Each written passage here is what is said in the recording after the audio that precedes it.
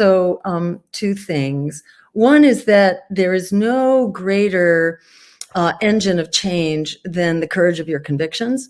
And having the courage of our convictions and daring to stand up for it and to fight for something, not against what we hate, but for what we want. There's nothing more empowering politically than doing that. Further, it's important to note, like, what did we achieve under Richard Nixon, who was like this very arch conservative president for the times, not so much compared to where we are now, which again, which is an indictment of lesser evil voting. That's where it will bring you. So you'll get both parties then that are advocating for the same conservative agenda. But under Richard Nixon, the worst demon of his times, what did we achieve? We pressured the Supreme Court, which was an extremely conservative Supreme Court, to passing Roe v. Wade.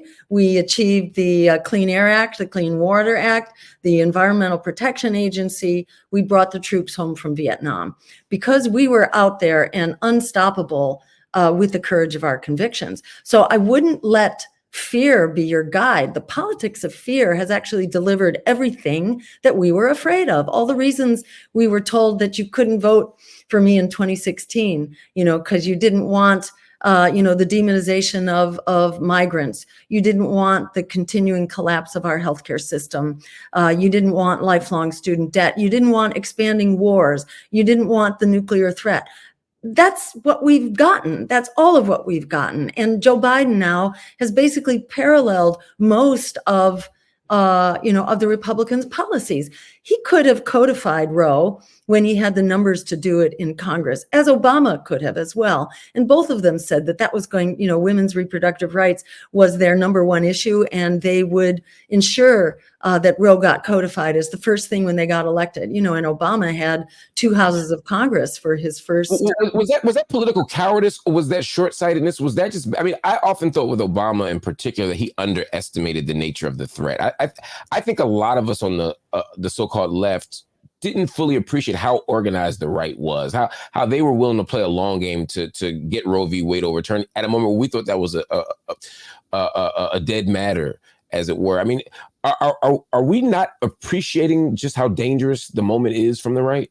Well, I guess, the question is, who is we? Because having grown up, in the Vietnam War, and having been a part of that whole movement and the women's movement and the environmental movement, as well as when these came around again, many of us, speaking for myself and those in the Green Party, we have not underestimated this threat whatsoever. This is empire.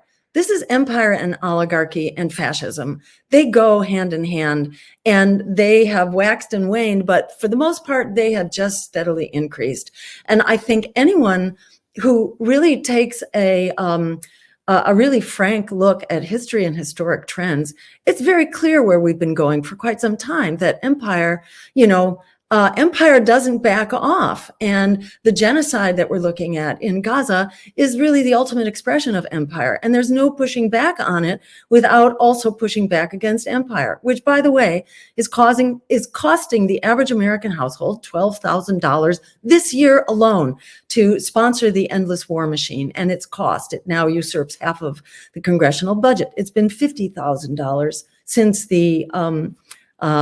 the first post 9/11 wars. So this system is devastating to us.